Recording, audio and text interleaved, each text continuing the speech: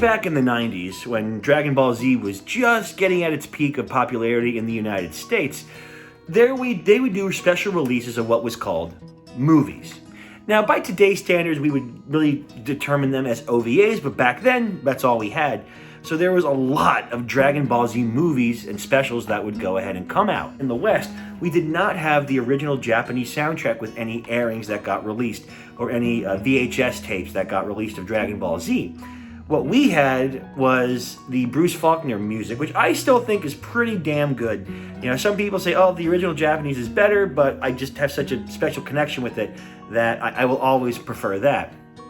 But what also is cool is that in these Dragon Ball Z movies were some of the best punk rock and heavy metal bands ever. If you want to check out a fantastic Dragon Ball Z soundtrack, check out the ones for Lord Slug and The Revenge of Cooler.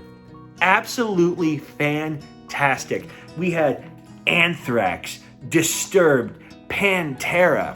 But one of those specials, which isn't technically a movie, but is still one of my favorites, is Bardock, the father of Goku. This is actually the original DVD case. It's a little bit beat up, but I just kept it because it's an important piece of my collection. And as good as this is, one of the best parts is right at the end, after everything happens, Bardock's great speech, Frieza blows up the planet, it plays a song by an unknown band at the time called Sum 41. And this was my first introduction to the amazing band Sum 41. And from that point, hey, the rest is history and I was hooked. And just for reference, the song that does play at the end of Bardock, the father of Goku, is actually the first song that Sum 41 ever released, called Makes No Difference.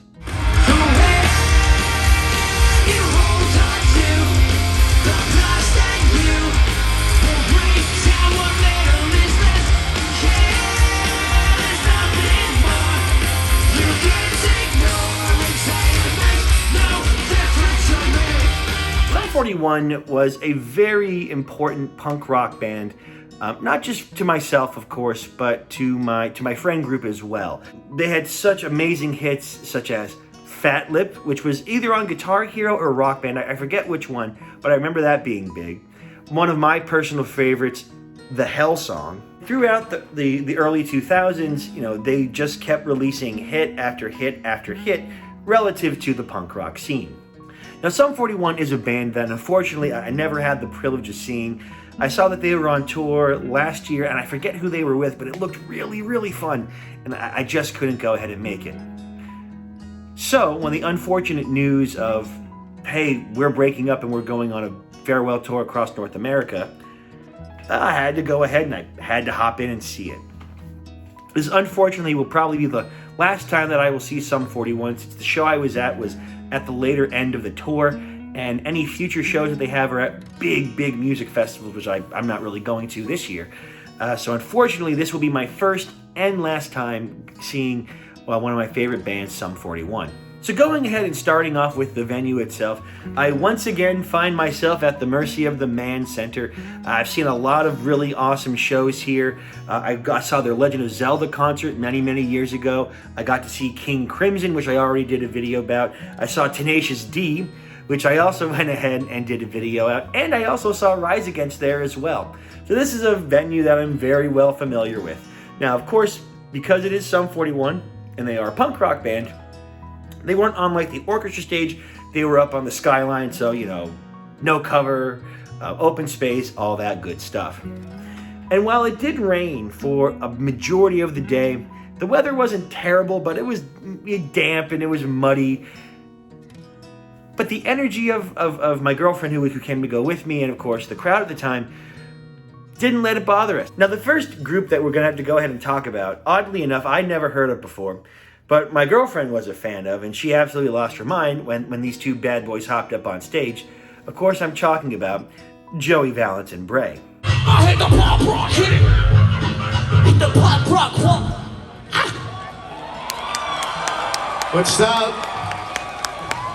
We're Joey Valance and Bray. What's up, Philly? Any of you actually know who we are?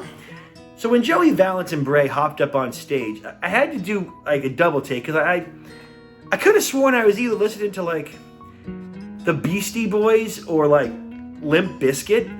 And I'm like, there's no way in hell that either of these two groups would be at this venue for Sum 41. As we got closer to the stage and we saw who it was, my girlfriend went ahead and informed me on who Joey Valance and Bray are. They're a relatively new duo to the music scene, I believe starting in 2021. Everything that they do is done by themselves. They don't have a record label and all that, so I will obviously respect that. And they were a lot of fun. They were very self-aware, considering the fact that they had a decent following and they are relatively new. They took the crowd interaction with a grain of salt, but they seemed genuine when they were thanking everyone who showed up or anyone who they saw wearing their merchandise from the merch stand or any other merchandise that they had released. To go ahead and describe what Joey Valance and Bray are like, they're kind of like a hip-hop rap version of the Beastie Boys or like Limp Bizkit.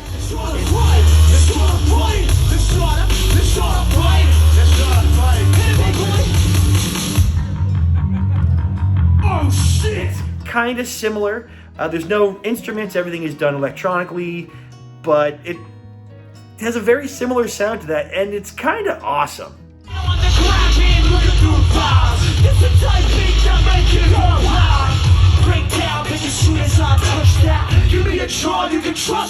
I never really get tired of that city underground kind of music. I think it resonates with a lot of people, and I got to admit they are pretty damn funny. They of course were the opener. They went up and they played a few songs. They talked a little bit. They said fuck a lot, which of course I always appreciate. And they were very, very entertaining. Them talking about themselves just a little bit and seeing their wild energy on jumping up on stage and interacting with the audience. I mean, it was great. I would very, very much love to see them as not just an opener, but as like a headliner someday. And I genuinely think they have the potential to do something great. Maybe even reach the heights that the Beastie Boys and Limp Bizkit did back at the height of their popularity in the 90s. It's nice to see that kind of punk rock, underground hip hop thing hasn't died out. And, if Joey Valance and Bray see this, hey, you got another fan with me, and I hope to see you fancy boys very soon at another concert. So after the excitement of Joey Valance and Bray kind of washed over and we got a second to relax and get ready for the next one, I remembered that I originally saw on the ticket was the band The Interrupters. And it sounded so familiar, but I couldn't swear for the life of me where I had heard this name before. And then as soon as they got on stage, it clicked in my brain. Oh, these were the guys that opened for Green Day, Weezer, and Fall Out Boy on the Hella Mega Tour. I got no cares, and I drink too much, but still consumer, this record play, over the window. Now, on my video for the Hella Mega Tour, I unfortunately didn't get a chance to mention the Interrupters. I didn't really see much of their show. I was out with my friends trying to see if we could fight through the merch stand, and we unfortunately didn't get a chance to see the Interrupters. But we did not make that same mistake this time, so ready to give a full analysis of that group as well. The Interrupters are, of course, another punk-ish kind of band, but they do lean more on ska. When they first came out with their first song, I saw a big dude on the trombone, and I'm like, oh, hell yeah, dude, trombone, that's sick.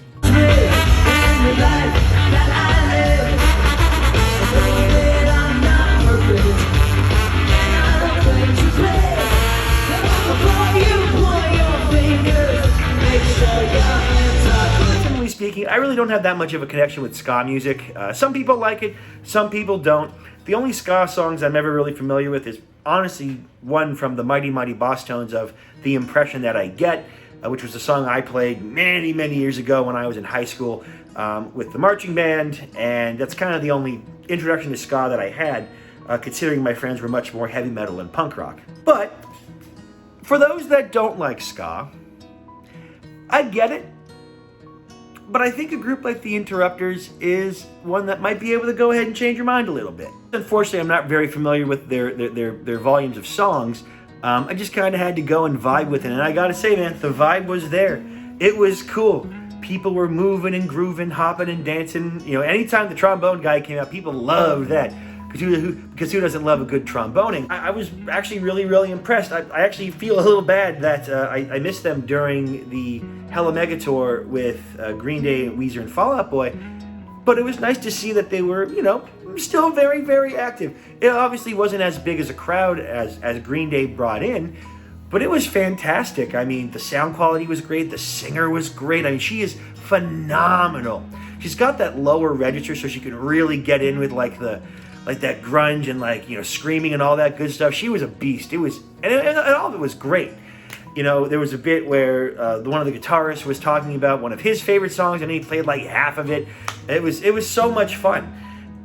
And as we were moving and grooving, this came up. I'm at that time, making mama sad time. They can go from that time. Last season's in that time. I'm the bad guy. Hold up, I said everybody jump. We didn't drive all the way up here in the rain to not jump, so if you're able to, when she says jump, you're gonna jump up and down. Duh.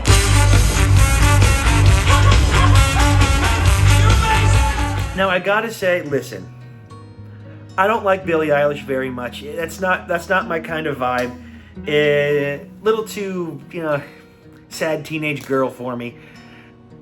But you know what? As far as a cover, I got a good laugh. I said, what's this frickin' song? But that didn't stop us from dancing and having a good time. Well, they might not have had as big as a crowd as they would have with Green Day. It was awesome. And as a middle band, I think they were really, really, really good. I hope that the Interrupters are still able to continue and tour and have lots of fun with other great bands. And hopefully they'll be able to go ahead and headline something cool themselves one day. I think that they definitely have the talent. They definitely have the fun factor. And you know what? Maybe ska ain't so bad after all. And now, of course, we get to the whole reason why we're here. Sum 41. Everybody says the same thing to you. That's just a matter of your song. And now we gotta chase the things you've been through. 'Cause I feel like don't you realize how fast life can get compromised. Step back to see what's going on. I can't believe this happened to you. Non-stop action, for the most part, throughout the entire venue. The energy of everybody and the singer and the other band members, the drummer, everything was just so awesome. And as the songs went on, we got through Motivation, the Hell song, and of course they did play Makes No Difference. We had No Brains. We had a lot of new songs from their new album, like Landmines. That one's another favorite. Dopamine. That one's really, really good too.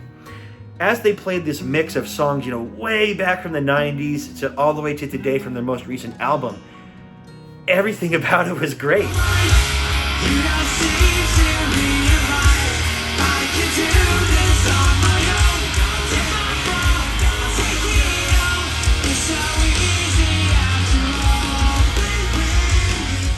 all. One thing that I thought was interesting throughout the show, and Joey Valance and Brave did this too, but more so at Sum 41, they actually encouraged a mosh pit. Now, not a mosh pit where people are like beating the crap out of each other, but more so like running around in a big circle. Like, I know a lot of people have seen that video of Jason Momoa running around the snake pit from in Metallica. It was kind of like that, just running in a circle but not hurting each other. The first thing Sum 41 said, the only rule is don't hurt each other and help somebody if they get up, which is, of course, standard punk rock and heavy metal procedure. But that kind of fun, that kind of energy was really, really awesome.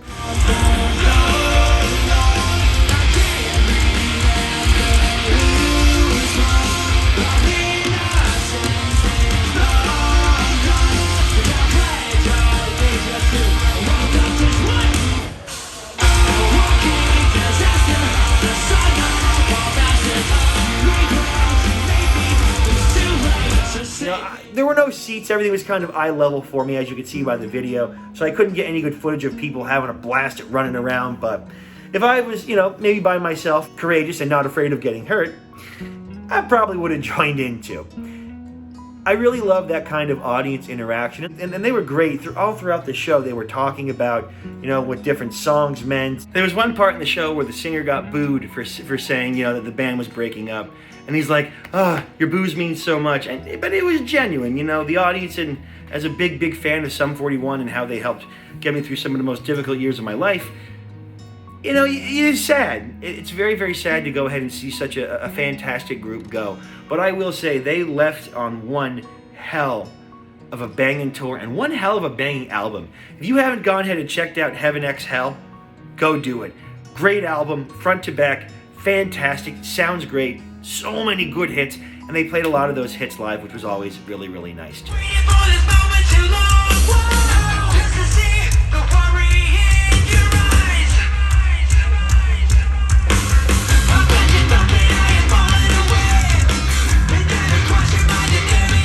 Another sweet surprise of Sum 41 that completely blindsided me is they came out and did a cover of Queen's "We Will Rock You," and it was lit.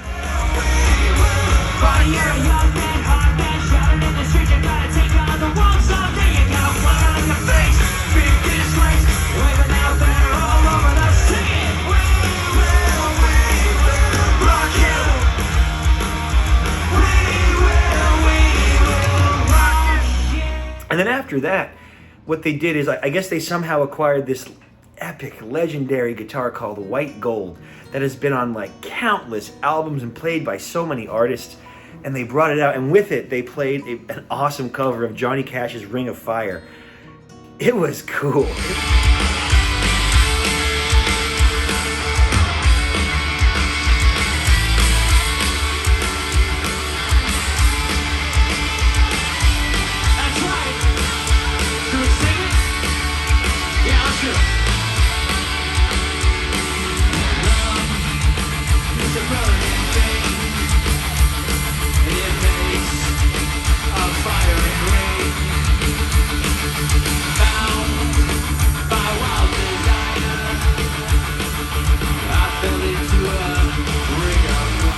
Really cool, and I didn't expect that. You know, I didn't expect a punk rock band to go to those levels, or to even want to play covers like that. Honestly, if Sum 41 had released like a punk rock cover album, that would have been amazing. Maybe not as good as Weezer's, but still pretty amazing. But let's go ahead and let's get to the end of our program, where we go ahead and talk about the band shirt that we got. Now, the one I got this time around might be, again, another one of my favorites. Fuck Sum 41, and the dates on the back of the show. Now, I will say, how many bands are going to have a shirt that says fuck on it? I just think that's cool. A little bit gimmicky, but I absolutely loved it.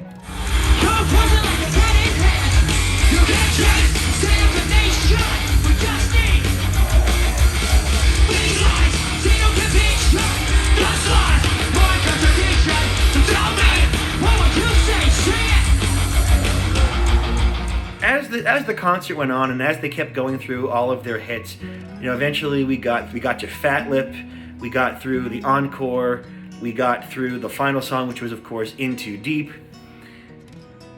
And as they walked off, you know, I got a picture of them waving, and it was very bittersweet for me, and I'm sure it was for them and for everyone else as well. You know, this band has had a really, really, really good run. They've made a lot of songs and a lot of albums that have been influential to not just punk rock, but just for kids growing up in the 90s and the 2000s. And, you know, being a teenager sucks. I think we could all agree that no matter what era you're in, being a teenager is hard. And having bands like Sum 41 to help us through being a teenager, young adulthood, and even current adulthood. You know, a lot of their tracks still hit. A lot of their emotional songs still have that emotional pull on my heart, and I can't explain it better than that.